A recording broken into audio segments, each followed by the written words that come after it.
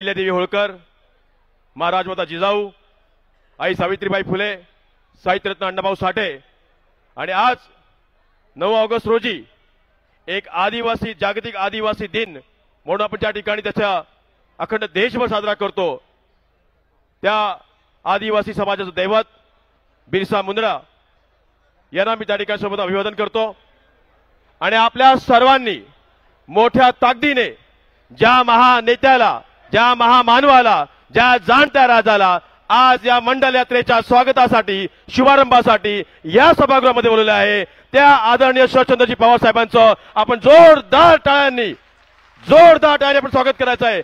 एकही व्यक्तीचा हात खाली येता कामा नये। या व्यासपीठावरती उपस्थित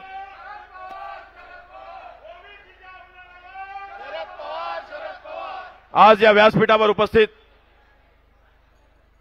पक्षाचे प्रांताध्यक्ष आदरणीय शशिकांतजी शिंदे साहेब, राज्याचे माजी मुख्यमंत्री, राज्याचे माजी गृहमंत्री अनिलजी देशमुख साहेब, राज्याचे माजी गृहनिर्माण मंत्री श्री सन्मान्य जितेंद्र आव्हाड साहेब, या ठिकाणी उपस्थित खासदार अमरजी काळे साहेब, माजी मंत्री राजेंद्र शिंगणे साहेब, माजी मंत्री हर्षवर्धन पाटील साहेब,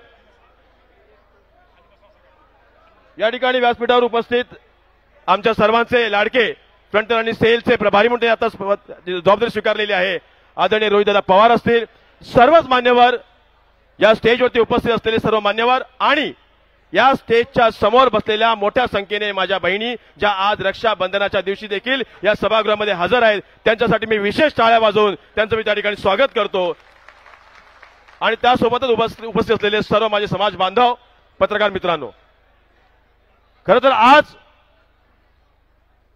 या देशामध्ये आणि या राज्यामध्ये आजपासून 2 दिवसापूर्वी जी क्रांती घडली होती, त्या मंडल आयोगाच्या मंडल यात्रेच्या शुभारंभासाठी आज राष्ट्रवादी काँग्रेस शरदचंद्र पवार पक्षाने एक मोठं राजकीय, एक मोठं ऐतिहासिक पाऊल या नागपूरच्या भूमीत घातलेलं आहे, सुरुवात केलेली आहे। यासाठी नागपूरकरांचं मी त्या ठिकाणी विशेष अभिनंदन करतो। ते यासाठी की उद्याचा येणारा दिवस, उद्याचा येणारा काळ या महाराष्ट्रामध्ये आणि देशामध्ये एक क्रांती बघेल आणि ती क्रांती नागपूरकरांनी घडवलेली असेल असं माझं त्या ठिकाणी ठोस मत आहे, आश्वासन आहे आणि विश्वास देखील आहे। पण या सगळ्या गोष्टी होत असताना मित्रांनो, मंडल यात्रा हा एक अभूतपूर्व कार्यक्रम आज राष्ट्रवादी काँग्रेस शरदचंद्र पवार या पक्षाच्या वतीने अधिकृतरित्या महाराष्ट्राच्या 36 जिल्ह्यामध्ये निघणार आहे, सुरू होणार आहे, राज्यभर हा कार्यक्रम राबविण्यात येणार आहे। मी माझ्या प्रस्तावितामध्ये 1-2 मिनिटं या कार्यक्रमाच्या बद्दल आपल्याला त्या ठिकाणी सांगतो आणि सूचना देतो। मित्रांनो, नागपूरपासून सुरुवात होणारी ही मंडल यात्रा म्हणजे 1993 मध्ये ज्या वेळेला या राज्याचे तत्कालीन मुख्यमंत्री आदरणीय शरदचंद्र पवार साहेबांनी महाराष्ट्रातल्या आणि देशातल्या असा एक मोठा वर्ग जो शोषित, पीडित आणि वंचित होता, अशा वर्गाला राजकीय आरक्षणाच्या माध्यमातून समाजाच्या मुख्य प्रवाहामध्ये आणण्यासाठी एक मोठा ऐतिहासिक निर्णय घेतला होता, तो म्हणजे मंडल आयोगाच्या अंमलबजावणीचा, मंडल आयोगाच्या शिफारसीचा अंमलबजावणीचा। आणि त्याच दिवशी इथे अंजली साल्वेताई असतील, ॲडव्होकेट अंजली साल्वेताई असतील, त्याच दिवशी या महाराष्ट्रामध्ये तमाम ओबीसी वर्गाला त्याच्या राजकीय आरक्षणाचा मार्ग खुला झाला आणि हा ओबीसी देखील ग्रामपंचायत, जिल्हा परिषद, नगरपालिका, महानगरपालिका, पंचायत समितीमध्ये स्वतःला एक सदस्य, महापौर, जिल्हा परिषद अध्यक्ष किंवा त्या ठिकाणी नगराध्यक्ष म्हणून स्वतःला बघू शकला। तो दिवस आज आपल्याला जर कोण दाखवला असेल तर तो आदरणीय शरदचंद्र पवार साहेबांनी दाखवलेला आहे आणि म्हणून पवार साहेबांनी या ठिकाणी एक निर्णय घेतला, एक भूमिका घेतली की खऱ्या अर्थाने ओबीसीला त्या ठिकाणी आपली भूमिका त्या ठिकाणी मांडली पाहिजे, पक्षाच्या वतीने का असेल, समाजाच्या वतीने का असेल, आपण ती भूमिका लोकांपर्यंत नेली पाहिजे आणि म्हणून मंडल यात्रा हा ऐतिहासिक कार्यक्रम त्या ठिकाणी सुरुवात करण्यात आला। नागपूरपासून हा कार्यक्रम महाराष्ट्राच्या 36 जिल्ह्यामध्ये जाईल, जिल्ह्यामध्ये चौकामध्ये चौकसभा होतील, समाजाच्या समाज बांधवांसोबत संवाद साधला जाईल, शेतकऱ्यांसोबत संवाद साधला जाईल, कामगारांसोबत संवाद साधला जाईल, महिलांसोबत संवाद साधला जाईल, कारण की या देशामध्ये आणि राज्यामध्ये आज संवाद साधण्याचं काम त्या ठिकाणी कोणी करत नाहीये। संवाद दुरावलेला आहे, ते काम या मंडल यात्रेच्या माध्यमातून केले जाईल। जो ऐतिहासिक निर्णय आदरणीय पवार साहेबांनी घेतला होता त्याच्याबद्दलची जनजागृती देखील या मंडल यात्रेच्या माध्यमातून अखंड राज्यभर केली जाईल। इतकंच नाही तर याच मंडल यात्रेच्या माध्यमातून जाहीर सभांच्या माध्यमातून या देशाला खऱ्या पद्धतीने आरक्षण मिळण्याच्या भूमिकेला विरोध कोणी केला होता, कमंडल सारख्या यात्रा काढून या महाराष्ट्रामध्ये या देशामध्ये ओबीसीना विरोध कोणी केला होता, त्या भारतीय जनता पार्टीचा खरा चेहरा देखील सांगण्याचं काम या मंडल यात्रेच्या माध्यमातून लोकांपर्यंत केलं जाईल, हा मला विश्वास आहे। ही मंडल यात्रा मोठी आहे, 36 जिल्हे, साधारणतः 358 तालुके, 14,822 किलोमीटर ही मंडल यात्रा जाणार आहे। पण हा फक्त एक निर्धार असेल जो आम्हाला आदरणीय पवारसाहेबांनी दिलेला ध्येय, दृष्टिकोन आणि धोरण हे आमच्या मनामध्ये विचारामध्ये कायम असेल, जे आम्ही घेऊन जाणार आहोत। म्हणजे या सगळ्या गोष्टी होत असताना मित्रांनो, काही महत्त्वाच्या गोष्टी अगदी मी बोलन आणि त्यानंतर मी आपल्या आलेल्या सर्व नेते मंडळींना, सर्व दिग्गजांना त्या ठिकाणी ऐकेन। सगळ्यात महत्त्वाची भूमिका मित्रांनो, सलीम बेग ते घेऊन ये, कमंडल घेऊन ये। मित्रांनो, ज्या वेळेला या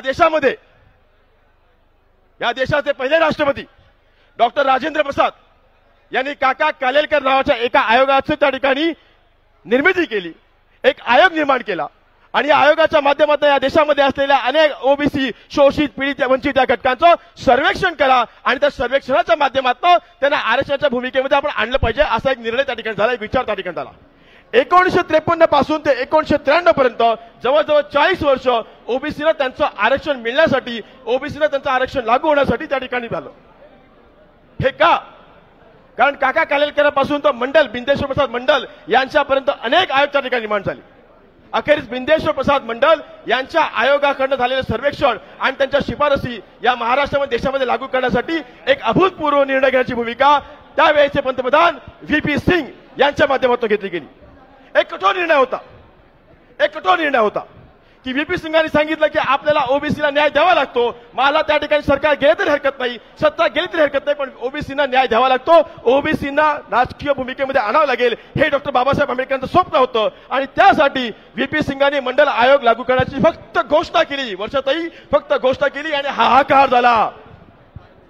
आज हे जिथे तुम्ही उभे आहात ना, एक ओबीसी म्हणून, शोषित, पीडित, वंचित म्हणून हाहाकार झाला या देशामध्ये, या महाराष्ट्रामध्ये हाहाकार झाला। ओबीसीना आरक्षण देऊ नका, हा मागासलेला आहे, याला राजकीय प्रवाहामध्ये आणू नका, सत्तेच्या सोबत बसवू नका, हाहाकार झाला। रस्त्यावरती लोक उतरली, आंदोलन झाली, दगडफेक झाली, जाळपोळ झाली, ठिय्या आंदोलन, निषेध, हे सगळं रोहिदादा त्या ठिकाणी होऊ लागलं। याचं कारण फक्त एवढं होतं की या ओबीसीना त्यांच्या बाप जन्मामध्ये कधी आरक्षण देऊ नका, हे ओबीसीना जर आरक्षण दिलं तर हे मागासलेले लोक आज राजकीय सत्तेच्या मुख्य प्रवाहात येऊन बसतील आणि उद्या आपल्यासोबत सत्तेचे उपभोगी होतील, यांना आरक्षण देऊ नका। आणि मित्रांनो, तुम्हाला माहिती आहे हे आरक्षण कोणी नाकारलं होतं?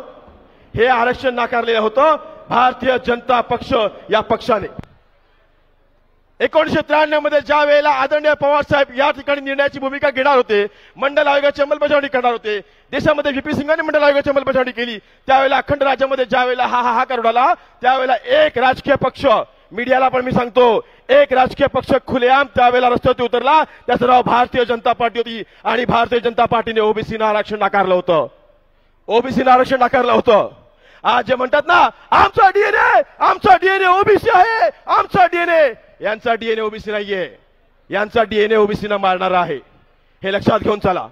या भारतीय जनता पार्टीने देशामध्ये लालकृष्ण अडवाणी यांच्या नेतृत्वामध्ये एक कमंडल यात्रा काढली आणि कमंडलचं उद्दिष्ट होतं की या ओबीसीना आरक्षण नाकारा, दुरेश्वर भैया, या ओबीसीना आरक्षण नाकारा, देऊ नका। आणि त्यावेळेला एक कमंडल यात्रा काढली गेली होती। मित्रांनो, कमंडल यात्रा माहिती असेल तुम्हाला, तुम्ही सगळ्यांनी कमंडल पाहिलं असेल, सगळ्यांनी कमंडल पाहिले की नाही पाहिले? सगळ्यांनी कमंडल पाहिले? जुन्या मराठी चित्रपटामध्ये हे एक कमंडल होतं, हे बघून घ्या मित्रांनो, हे अशा प्रकारचं एक कमंडल होतं, अशा प्रकारची एक कमंडल यात्रा, या कमंडलाला त्या ठिकाणी प्रतीक मानून भारतीय जनता पार्टीने ही कमंडल यात्रा काढली आणि या कमंडलच्या माध्यमातून ओबीसीना आरक्षण देऊ नका म्हणून रस्त्यावरती उतरले। मित्रांनो, कमंडलच का घेतलं? तुम्हाला माहिती असावं लागेल की हे कमंडलच का घेतलं। चरण भाऊ, कमंडल यासाठी घेतलं कारण की जुन्या काळामध्ये, प्राचीन काळामध्ये मनुस्मृतीमध्ये या कमंडल मधलं पाणी शिंपडलं की अपपवित्रम पवित्रम असं करून त्या ठिकाणी शूद्राची सावली आपल्यावरती पडली तर त्या शूद्राला देखील पवित्र करण्यासाठी त्याचं पाणी वापरायचे आणि हे दाखवण्यासाठी की हा ओबीसी हा शूद्र आहे, हा ओबीसी हा शूद्र आहे आणि त्या शूद्राला त्याची जागा दाखवण्यासाठी या भारतीय जनता पार्टीने कमंडल काढलं होतं। ही कमंडल यात्रा काढली होती आणि कमंडल यात्रा काढून अखंड राज्यामध्ये, अखंड देशामध्ये हाहाकार उडाला, ओबीसीना मारलं गेलं। एक गोस्वामी नावाच्या युवकाने, एका तरुणाने, एका विद्यार्थीने स्वतःला जाऊन देखील घेतलं होतं की यांना आरक्षण नाकारा। एक मोठा लढा त्या ठिकाणी लढला गेला होता। ओबीसीचा हा लढा लढण्यासाठी त्यावेळेला जात धर्म पंथ भाषा या सगळ्याच्या पलीकडे जाऊन अनेक लोक वेगवेगळ्या जातीची धर्माची आणि पंथाची देखील रस्त्यावरती उतरली होती। आणि त्याच वेळेला एक मसीहा, हो मीडियावाल्यांनो मी म्हणतो, एक मसीहा या राज्यामध्ये आला, या देशामध्ये आला, समाजामध्ये आला। व्हीपी सिंग आणि शरदचंद्र पवार हे त्या मसीहाचं नाव आहे, हे त्या मसीहाचं नाव है। अगर ये मसीहा नहीं होता तो मेरी पुश्ते, मेरी बेटी, मेरा बेटा कभी जिंदगी में ना कभी महापौर बनता, ना कभी नगर अध्यक्ष बनता, ना कभी नगर सेवक बनता। ये सिर्फ और सिर्फ शरदचंद्र पवार साहब की देन है। ओबीसीला हे लक्षात ठेवलं पाहिजे की त्यांच्या आयुष्यातल्या पुढच्या 7 पिढ्यांवरती आदरणीय पवार साहेबांचे उपकार आहेत, त्यांचं योगदान आहे, त्यांचं त्या ठिकाणी दिलेलं वरदान आहे। कारण पवार साहेब नसते तर ओबीसीतला कुठलाही तरुण, कुठलीही तरुणी मग त्या ठिकाणी नगरसेवक, नगरपालिकेमध्ये नगराध्यक्ष किंवा महापौर बनू शकली नसती, जिल्हा परिषद लढू शकली नसती। या सगळ्या गोष्टी झाल्या। पुढच्या काळामध्ये, गेल्या निवडणुकीच्या काळामध्ये ज्या वेळेला या सगळ्या गोष्टी होत असताना मराठा आणि ओबीसी वाद निर्माण झाला। ताई जरा बसून घ्या 2 मिनिटं। जेव्हा मराठा आणि ओबीसी वाद निर्माण झाला त्यावेळेला फक्त आणि फक्त या राज्यामध्ये राजकारण करण्यासाठी, जातीपातीचं आणि मतांचं राजकारण करण्यासाठी मराठा आणि ओबीसीला आपसामध्ये भिडवलं गेलं। मराठा आणि ओबीसी आपसामध्ये लढवलं गेलं की मराठा ओबीसीच्या राजकारणामध्ये स्वतःची जागा मागतोय करून।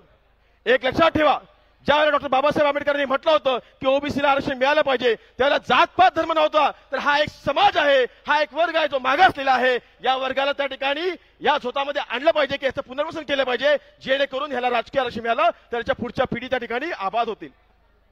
हा विचार होता। आव्हाड साहेब नेहमी म्हणतात, ते नेहमी म्हणतात की मी वंजारी आहे।